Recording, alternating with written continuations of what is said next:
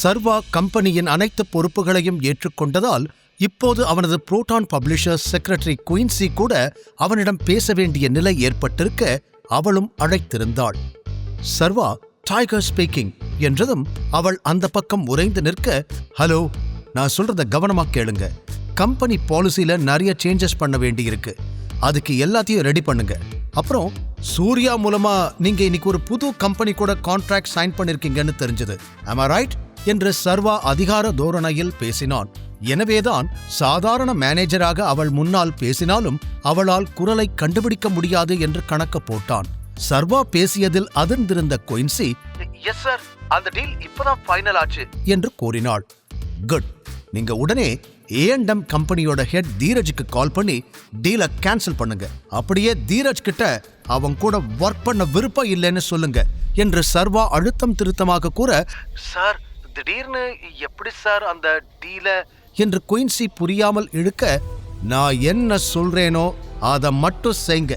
ஏன் எதுக்குன்னு தேவையில்லாம பேசி என் டைமை வேஸ்ட் பண்ணாதீங்க. ஏற்கனவே நிறைய வேலை பெண்டிங் இருக்கு என்று ஒரு முதலாளியாக ஆர்டர் மட்டும் கொடுத்தான் சர்வா. இருந்தும் எப்படியாவது இதற்கான காரணத்தை தெரிந்து கொள்ள வேண்டும் என குயின்சியின் மனம் துடித்தது. ஆனால் டைகரை எதிர்த்து அவளால் கேள்வி கேட்க முடியாமல் போனதில், ஓகே சார் என்று உள்ளே போன குரலில் சொன்னவள் அமைதியாக இருக்க, இந்த பக்கம் காலை கட் செய்து விட்டான் சர்வா. அவனை பார்த்து கொண்டிருந்த சூர்யா, என்னாச்சு, அந்த கம்பெனியோட டீலை ஏன் கேன்சல் பண்ண சொல்ற? அது நல்ல கம்பெனி தானே என்று கேட்டான்.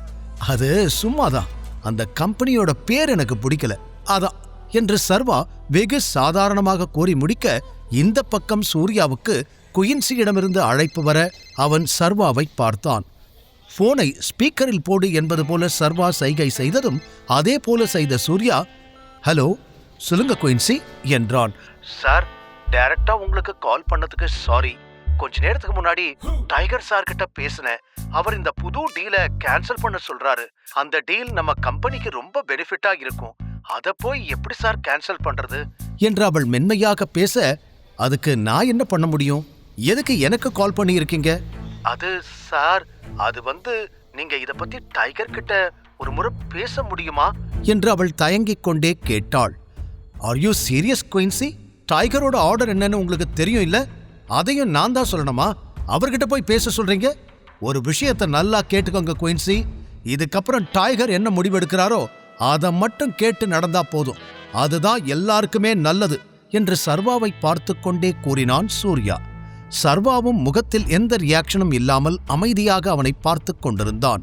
இந்த பக்கம் சூர்யாவின் பேச்சில் தடுமாறிய குயின்சி, இல்ல சார், நான் அப்படி சொல்லல, கம்பெனிக்கு நல்லது, அதுக்காகத்தான் சொன்னேன் என்று தட்டு தடுமாறி சொல்லி முடிக்க சர்வாவிற்கு சிரிப்பு வந்தது.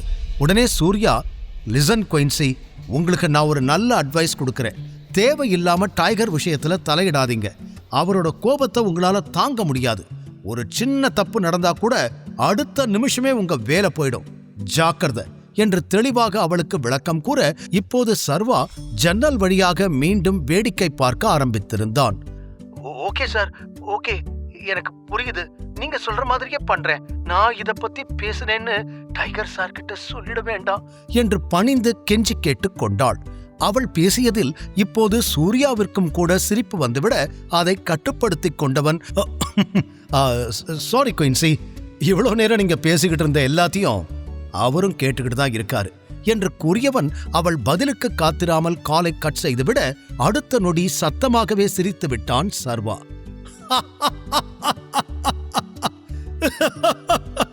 சூர்யாவும் சிரித்துவிட்டு, சர்வா, உனக்கு ஒரு விஷயம் தெரியுமா?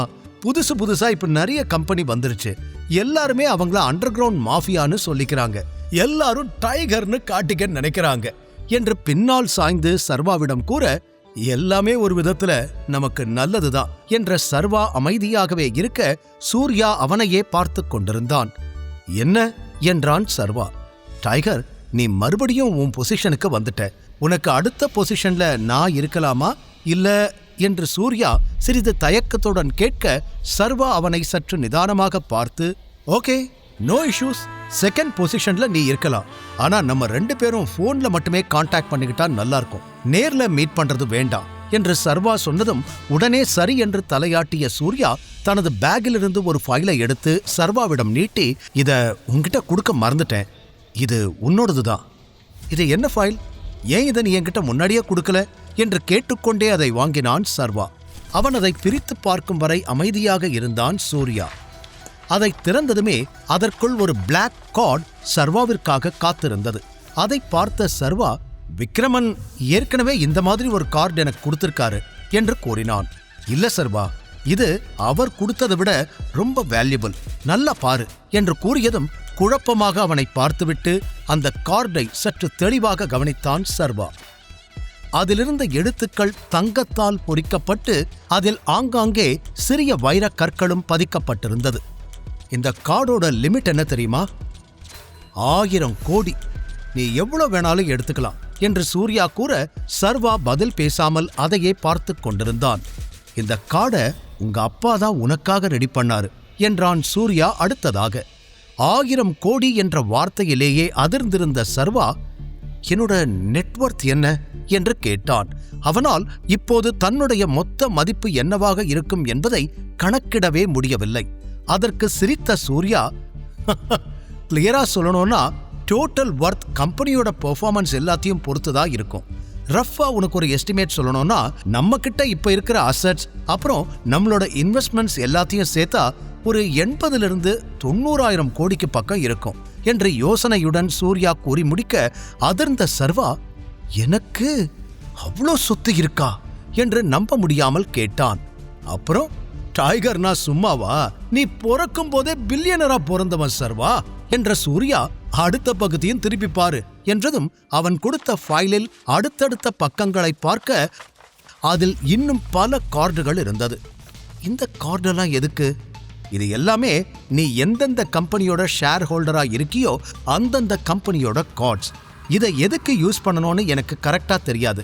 ஆனா இதை வச்சு நீ எப்ப வேணாலும் அந்த கம்பெனியோட ஸ்டாக்கை வித்ட்ரா பண்ணி பணமா மாத்திக்கலாம் என்று தனக்கு தெரிந்ததை கூறினான் சூர்யா. அதை கேட்டு தலையாட்டிக் கொண்டான் சர்வா. ஏர்போர்ட்டில் இருந்து இப்போது சென்னை சிட்டிக்குள் இருவருமே வந்திருக்க சர்வா கூறியது போல அவனை இமேஜின் செக்யூரிட்டிஸ் ஆபீஸில் இறக்கிவிட்டான் சூர்யா. பில்டிங் அருகில் வந்த சர்வாவிற்கு ஆபீஸ் செல்ல அப்போது மனமே இல்லை. இவ்வளவு பெரிய சாம்ராஜ்யத்திற்கு தான் ராஜா என்று அறிந்த அவனது மனம் அதையெல்லாம் இன்னும் முழுதாக கிரகித்துக் கொள்ளவே இல்லை. ஆபீஸில் வேலை நிறைய இருந்தாலும் அதை செய்ய இப்போது மனம் இல்லாமல் இருந்தவன் நேராக பார்க்கிங்கிற்கு சென்று தனது காரை எடுத்துக்கொண்டு தன் பழைய வீட்டை நோக்கி கிளம்பினான். புயல் வேகத்தில் வந்தவன் காரை விட்டு இறங்கி அடுத்த நொடி கையில் இருந்த சூட்கேஸை தூக்கிக் கொண்டு வீட்டிற்குள் ஓடினான். என்னோட ப்ராப்பர்ட்டி டாக்குமெண்ட்ஸ் எல்லாம் வைக்கிறதுக்கே நான் ஒரு நல்ல வீடு வாங்கணும் போல என்று நினைத்துக்கொண்டே வீட்டிற்குள் நுழைந்திருந்தவன் இத்தனை அவசரத்தில் தன்னை பின்தொடர்ந்து வந்த காரையும் அதற்குள் இருந்து இறங்கிய 3 பேரையும் கவனிக்காமல் போனான். காலையிலிருந்து இவனை துரத்திக்கிட்டு இருக்கோம், நல்ல வேளை இப்பவாச்சு இவனை பிடிச்சாச்சு என்று ஒருவன் கூற, இவன்தான்னு நல்லா தெரியுமா, இல்ல ஆள் மாத்தி தூக்கிட்டோன்னு தேவையில்லாத பிரச்சனை ஆயிடும் என்றான் இன்னொருவன். இல்ல இல்ல இல்ல இவனேதான், ஆகாஷ் சார் இவனோட போட்டோ கூட அனுப்பியிருக்காரு என்று தெளிவாக காட்டினான் மூன்றாவதாக இருந்தவன். சினிமா தியேட்டரில் நடந்த அவமானத்திற்கு பழி வாங்க ஆகாஷ் சர்வாவை அடிப்பதற்காக இந்த 3 அடியாட்களை அனுப்பியிருந்தான். அவன் அனுப்பியிருந்த இந்த 3 அடியாட்களுக்குமே சர்வாவின் காரில் மோஷன் சென்சார் இருக்கிறது என்பதும் கார் உபயோகத்தில் இல்லாத பொழுதும் சுற்றி நடக்கும் அனைத்தையும் அது படம் பிடிக்கும் என்பதும் தெரியாமல் போனது.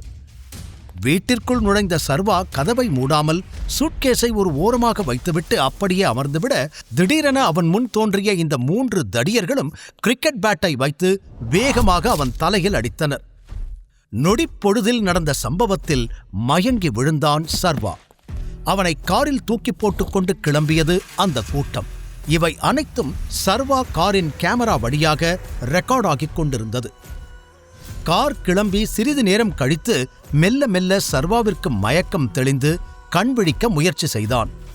நன்றாக கண்களை திறந்த பிறகுதான் தன்னுடைய பழைய வீட்டிலும் இல்லை, ஆபீஸிலும் இல்லை, அதற்கு பதிலாக ஏதோ ஒரு பழைய பில்டிங்கின் பேஸ்மெண்டில் விழுந்து கிடக்கிறோம் என்பதே அவனுக்கு புரிந்தது. கை, கால், கழுத்து என உடல் முழுவதும் வலியெடுக்க சர்வாவிற்கு என்ன நடக்கிறது என்பதே புரியவில்லை. கடினப்பட்டு தன் முன்னால் யார் இருக்கிறார்கள் என்பதை பார்க்க பிளாக் டி-ஷர்ட் அணிந்திருந்த ஒருவன் சர்வா முன்னால் வந்து நின்றான். யாரா நீ என்று அவனை பார்த்ததும் சர்வா கேட்க, நாங்கள்லாம் உன்னை கடத்திட்டு வந்திருக்கோம், இப்பவாவது உனக்கு புரியுதா இல்லையா என்றவன் சிரிக்க, கூடவே பல சிரிப்பு சத்தமும் கேட்க, அப்போதுதான் அந்த இடத்தில் இன்னும் சிலர் இருப்பதையே சர்வா கவனித்தான். ஓகே, இவங்க என்ன கிட்னாப் பண்ணி இருக்காங்க என்று யோசித்த சர்வாவிற்கு காரணம் புரியவே இல்லை. டேய், அந்த கட்டையெல்லாம் எடுத்துட்டு வாங்கடா என்று ஒரு தடியன் சொல்ல, அதற்கு 2 பேர் அங்கிருந்து ஓடினர். உங்களுக்கெல்லாம் எவ்வளவு பணம் வேணும்னு சொல்லுங்க, நான் தரேன், என்னை விட்டுருங்க என்று சாதாரணமாகச் சொன்னான் சர்வா. பணம் வேணும்னா உங்ககிட்ட இருந்து கொள்ளையடிக்க எங்களுக்கு 10 நிமிஷம் ஆகாது. உன்னை கடத்திட்டு வந்திருக்கிறது எதுக்குன்னு நினைச்ச? முழு கதையையும் கேட்டு மகிழ பாக்கெட் FM ஆப்பை டவுன்லோட் செய்யுங்கள். லிங்க் டிஸ்கிரிப்ஷனில் கொடுக்கப்பட்டுள்ளது.